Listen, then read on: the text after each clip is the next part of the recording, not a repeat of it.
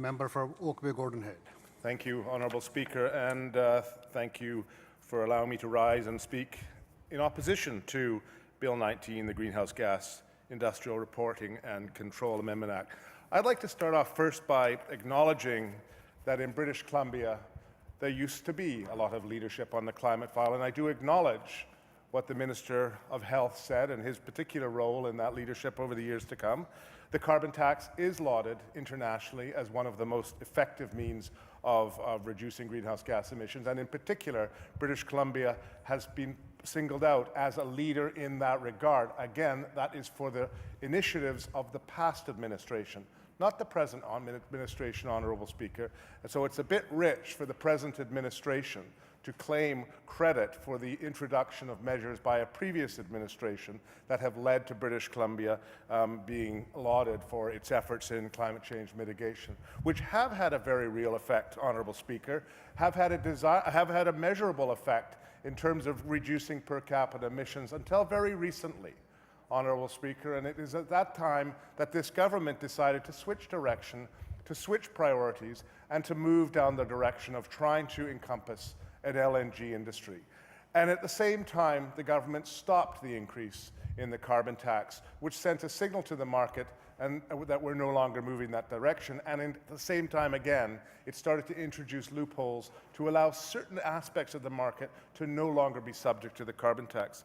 I do also want to recognize, Honourable Speaker, in the issue of climate, that the present Minister of Environment put together what I will describe as a blue ribbon panel that came out with a very, very fine set of recommendations prior to Christmas.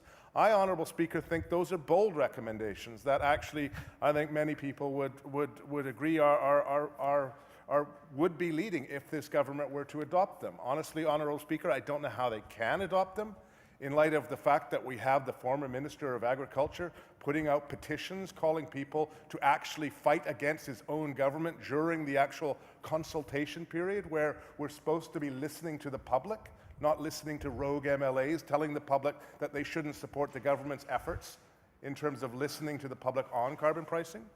I wonder whether the government can follow these recommendations because they are so very bold and they are so very inconsistent with the approach the government is taking with respect to LNG. You know, Honourable Speaker, back in the when the first version of this bill, the original Greenhouse Gas Industrial Reporting and Control Amendment Act was brought in, I suggested rather an unusual amendment, and that was amending the title to something like the Greenhouse Gas Industrial Reporting and Increase Act. And the reason why, of course, Honourable Speaker, I did that at that time, it was a very clear movement away from a direction government had been sending towards greenhouse gas reduction. This included the repealing of the cap-and-trade legislation.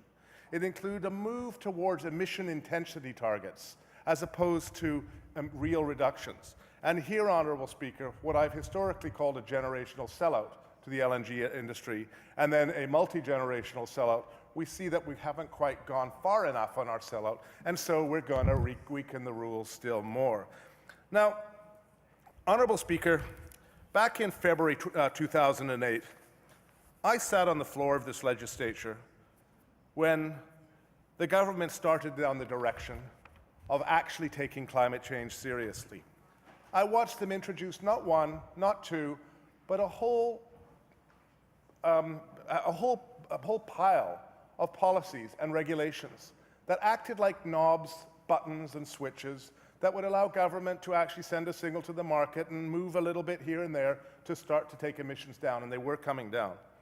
But then along came 2012, when the government recognizes that it was not doing so well in the eyes of the public, and it needed a different vision. Everybody thought that the government was going to fall, so they needed to offer British Columbians a vision of hope and prosperity. What was that hope and prosperity? It wasn't continued leadership on the climate front. It was that we'll all be wealthy, we'll all be able to drive Maseratis in our home, because we're all going to come and benefit from this wonderful opportunity called LNG. Now, Honourable Speaker, I've been saying the same thing now for not 1 year, not 2 years, not 3 years, but over 3 years. The market did not, does not, and will not support an LNG industry in BC then, now, or anytime soon. And the reason why, Honourable Speaker, is because there is a glut on the market. Right now, Honourable Speaker, landed LNG in Asia in 2019, 2020 is trading at $4 and change. Honourable Speaker, China, whose supply gap we were building our LNG to meet, is actually a seller in the market. Why? Because they have contracted excess supply over what they need for years to come. So what do, Honourable Speaker? We watch BP move on. We watch Shell slow down, even though we've signed long-term contracts to provide them fixed-cost, cheap electrical power through the construction of Site C. So, Honourable Speaker, given that that's fallen apart, we desperately seek an energy market in Alberta and a plea to the federal government that they add infrastructure funds to get our energy there. But the government said no federally, as did the Alberta government. So we continue down and we watch a so-called LNG plant after so-called LNG plant move away until now we hear only about 4 that may be.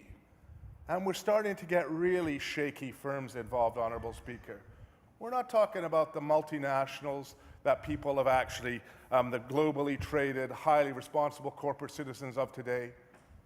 Some might argue about the level of corporate citizenship, but the reality is we're talking about big players, but players based in nations like Malaysia, places like Indonesia, where the owners are mired in scandals, yet we're getting into business and negotiating with them in a position where we have no negotiating power, in a position of desperation. We really think that this is good for the benefit of British Columbians? No. There is no market now for our LNG. Australia already has got so much LNG that they can't keep up with, they don't have a market for it. Australia, in the United States, first shipping of LNG out of the ports in the Gulf of Mexico has occurred. The US government recently told a proposed Oregon establishment of an LNG facility, no, you're not going ahead because there's no market for LNG and you can't make the economic case to build an LNG facility on the US West Coast. But in BC, what do? We continued on down this path of folly. India has just announced that it will look to have all cars on the road be electric within 15 years. What is that sending a signal to the market? What market signal is that sending? It's saying that the new technology of tomorrow is the clean technology that's emerging. So while the minister who spoke previously talked about the opportunity of assisting others in reducing their greenhouse gases, I agree this is an opportunity British Columbia should be meeting. But, Honourable Speaker, we're meeting it the wrong way. We cannot compete by digging gas out of the ground and trying to sell it to markets that don't exist. What we should be doing in British Columbia is investing in our strengths that no one else has. And we have 3 such strengths that no one else in the world has. Without a doubt, we are the best, most beautiful place in the world to live. Thank you for that, for not assuming that we don't have too much more of that government to actually destroy it. Oh, no more claps there. We are the most beautiful place to live. The second thing, Honourable Speaker, the second thing we have that no one else has is we have access to renewable water, we have access to renewable fiber, and we have access to renewable energy like nobody else in the world. And the third thing we have, Honourable Speaker, is a highly educated, highly skilled workforce that is able to be there for business that wants to actually come to BC. So why do I say we should be focusing on those three things, Honourable Speaker? Because we can attract and retain business here in British Columbia because of the quality of life we can offer the workers who are there. Highly skilled, highly mobile workers can go anywhere in the world, but if you can offer them the best place in the world to live, they'll stay here. Honourable Speaker, this is what we should be doing to help those other jurisdictions get off their dependence on fossil fuels. Investing in our clean tech sector and exporting that technology worldwide. Exporting that technology because we could be leaders there, and we used to be leaders in this area under the previous administration when that started to take off. But now, we see it collapsing. We see the Canadian Wind Energy Association pack up their bags and move to Alberta. We see the Canadian Geothermal Association throw up their hands and say, we give up. BC, the only jurisdiction on the Pacific Rim with no geothermal energy, we give up. What are we doing? We're doubling down on natural gas. Talk to the people around Fort Nelson. Ask them how this is playing out for them. Ask them how this double-down focus on natural gas is playing out for them when all the drills shut down and move on, because there's no market for natural gas. There's some people in Fort St. John region still taking natural gas out of the ground and then putting some of it back in because there's no market for it. But fortunately, there are some liquids that are still in some desire there. But instead of doubling down, we should be diversifying our economy there. Honourable Speaker, this bill is about giving the government, any proponent in yet another desperate attempt to land a LNG industry here, 18 months with which they can actually not really have to worry too much about their greenhouse gas emissions. Well, let me talk to you a little bit about some of those emissions. In the 2014 BC reporting regulations, and that's the emissions report summary table, from fugitive emissions and venting of methane, a full 2.15 million tons of CO2 equivalent is released a year. That's in the form of methane. About 0.1 million tons comes from fugitive methane emissions, and 1.3 million tons from venting CH4. Now that 1.3 million tons is deliberate venting. Deliberate venting. Not venting that happens through leaks, that's the fugitive emissions. Deliberate venting. So what we're saying here is we're going to continue to be climate leaders, but we have 2.1 million tons of CO2e. That's an underestimation, very conservative, because some of these are kind of best estimates. And we're going to say another 18 months where you don't have to worry about it. We have legislated targets that we're supposed to reduce emissions in BC by 33% by the year 2020. Now this government, those are legal legislated targets. This government needs to stand up, and I know it won't do it, but it needs to stand up now, not after the next election, but now, and actually repeal that legislation.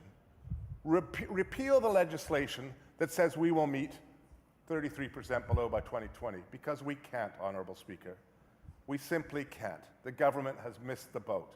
And even its own climate action team has told them they have missed the boat. That doesn't mean we shouldn't give up. But it certainly means we shouldn't double down on an industry that is from the 20th century and try to chase this pot of gold at the end of the rainbow by giving away as much as we can, reducing regulation after regulation, desperation after desperation. And here, just the latest one being giving business another 18 months to actually really do nothing and worry about greenhouse gases down the road. Honourable Speaker, what we should be debating here in this legislature is not about further giveaway. It's about repealing the Petronas Development Agreement. That legislation is bad legislation for British Columbia. It's bad legislation for this generation. It's bad legislation for the next generation. And it's bad legislation overall because it sets a minimum bar, a really bad maximum bar, that we're actually saying you can do LNG industry in here in BC. It's a giveaway, a generational sellout to meet irresponsible promises made during this past election campaign.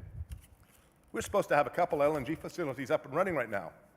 What do we have? A lot of smoke, a lot of rhetoric, and the Minister of Natural Gas hopefully eating humble pie or crow at some point, as he told me I would be doing this time when I'm still not. Why would I hope for him to eat? No, the economy in BC will grow, but the economy in BC is not going to grow through natural gas. It will not grow through natural gas. We're dreaming. Look at Australia. Look at Australia, which tried this kind of desperate attempt to natural gas giveaway. Didn't help them much. Ask Australians what they think about the price of natural gas that they're paying right now there today. Ask them how much it costs them in terms of the social costs, the environmental costs.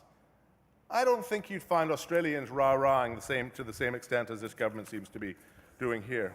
Honourable Speaker, on October the 23rd, 2014, when I spoke against the implementation of the Greenhouse Gas Industrial Reporting and Control Amendment Act for the first time, I argued that just one LNG plant would emit 12 million tons of carbon pollution into the atmosphere. I argued against the bill at that time because it would place us into the somewhat laughable category of not actually reducing our emissions, but only our emissions intensity, a change that we've seen in other jurisdictions which actually increase the overall magnitude of emissions. And as I said at the time, essentially what we did is we took a card from the Harper playbook and we said, we're going to play this emissions intensity card. This is yet another example why I repeatedly point out that today's BC Liberals, as they like to call themselves, are nothing more than yesterday's Harper Tories. I argued against the bill because the climate system does not care about the intensity. It does not care about cleverly worded policies or trick loopholes. It cares about actual reductions in emissions. Now, I recognize that some over there on the other side of this are in a delusional sense that we'll ship LNG and the world will be saved because China will buy it and switch off coal, despite the fact that China is already contracted with oversupply for years to come and are sellers on the market. It's not going to happen, and just because you wish it so does not mean it will be so. Again, I missed out from the Minister of Health. Oh, sorry, I love the banter back with the Minister of Health.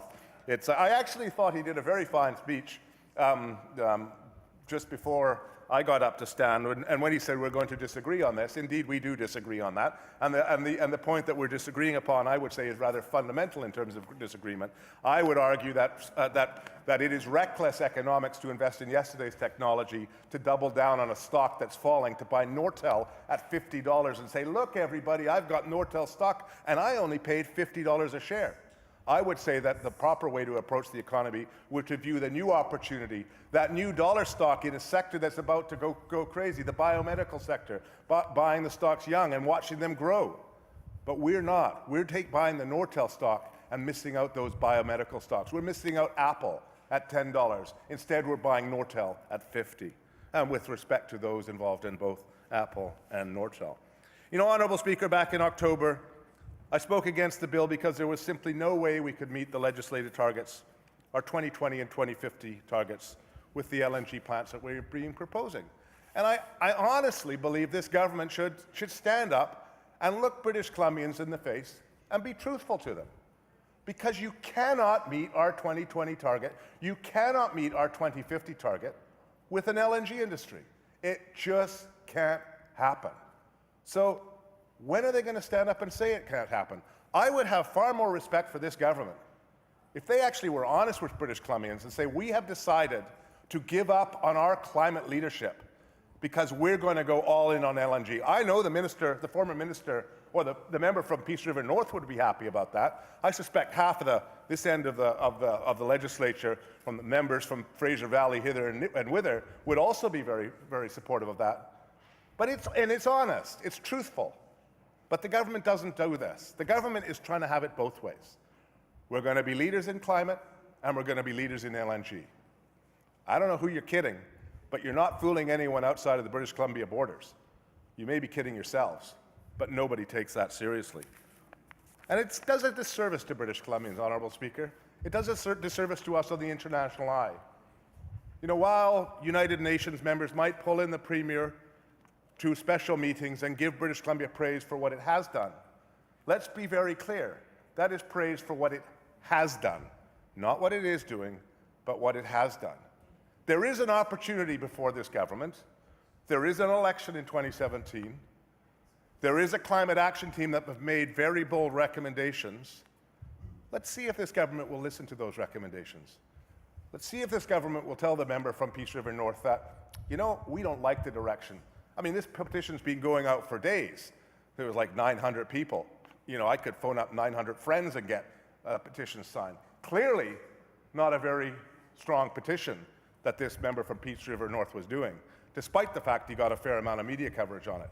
What does that tell this government? If he can only get 900 signatures in the heart of natural gas territory, it's telling me that there is no support for the LNG industry, horizontal fracking, and everything's going. That British Columbians want us to move to the new economy of tomorrow, not more generational sellouts, Not more like give a loophole here, loophole there. Not more tax breaks for the LNG industry that's not going to happen. Not more let's find even shadier characters we can get into bed with to set up an LNG facility with. No.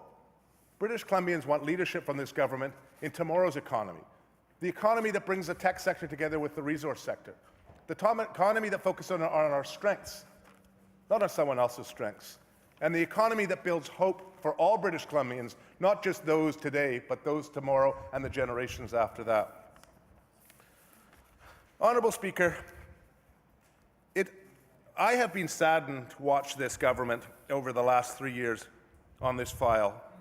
I've watched them go from promises of wealth and prosperity to struggling to give away a resource, to desperation to land one LNG facility, which is where we stand now. One LNG facility. One LNG facility. Just one. We don't care who it is. Despot dictator in some country somewhere in the world. You want an LNG facility? We'll roll out the red carpet for you. That's what this government's so desperate to do. And that's a shame, because this government was a climate leader. This government had a diversified economy building.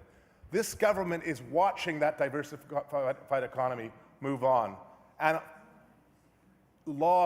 it lauds its balanced budget, Honourable Speaker. But that budget is being balanced now, not on a healthy, diversified economy, but on a Scottsdale-like, Arizona-based economy, fueled by investment from afar in a highly speculative housing market that only ends in one place, Honourable Speaker, and that is an economic crash. Now, I do not want to say I told you so, Honourable Speaker. For the last couple of years, I've been pointing out that this affordability crisis is not going to end well, that we should be investing in the tech sector, bringing the tech sector together with the resource sector, diversifying economy.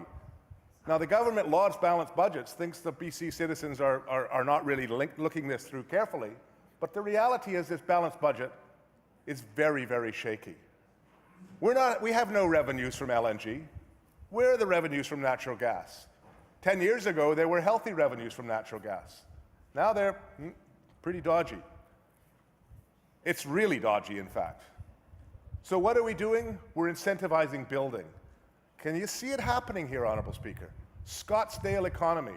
For those who don't know where Scottsdale is, type in Arizona, Scottsdale, and you got it there.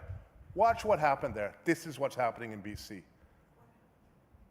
What happened there? Of course, it was a massive housing crash in Scottsdale. People lost their homes. They lost their shirts. The mortgages were worth multiples over their housing values.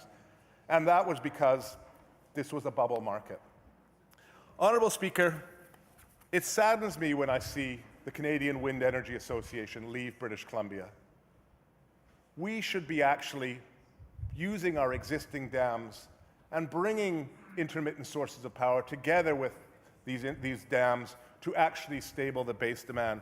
It saddens me, Honourable Speaker, when a $1 billion investment of US money walks from British Columbia, walks from Vancouver Island, a partnership between 5 First Nations, Timber West, and EDP Renewables to put a wind capacity on Vancouver Island close to the requirement for electricity, reducing substantive transmission loss. An intermittent source that partners First Nations with private land, Timber West land, with EDP Renewables, and brings foreign money, a $1 billion investment into BC. It saddens me when they walk. Why do they walk? Because we don't need you anymore.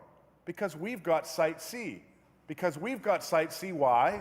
Because we irresponsibly, as part of our platform of giving away our resource, signed long-term contracts with Shell to provide them fixed power to actually liquefy their natural gas using electric compression from electricity that we did not have. So what we should be doing right now, Honourable Speaker, is saying that, okay, Shell, we can't make that because we're not going to move forward with sites. You're not having silly announcements about turbine contracts being given. We're not moving forward at Site C right now because it's killing our clean tech sector. We know you're not going to come here anyway, so this contract really doesn't make much sense. But they're not.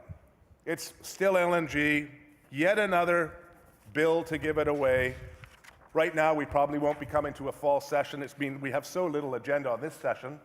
But if we do, I'm sure it'll be another emergency because there's yet another giveaway. I'd love to be sitting in the Petronas boardroom right now thinking, heck, let's go negotiate some more with British Columbia. They don't know what they're doing. Come on over here, BC. I know you got election in May. We just need one more giveaway before the election. If I were in Petronas, I'd know I'd have you completely. The expression I was going to say was probably not appropriate in this legislature, Honourable Speaker.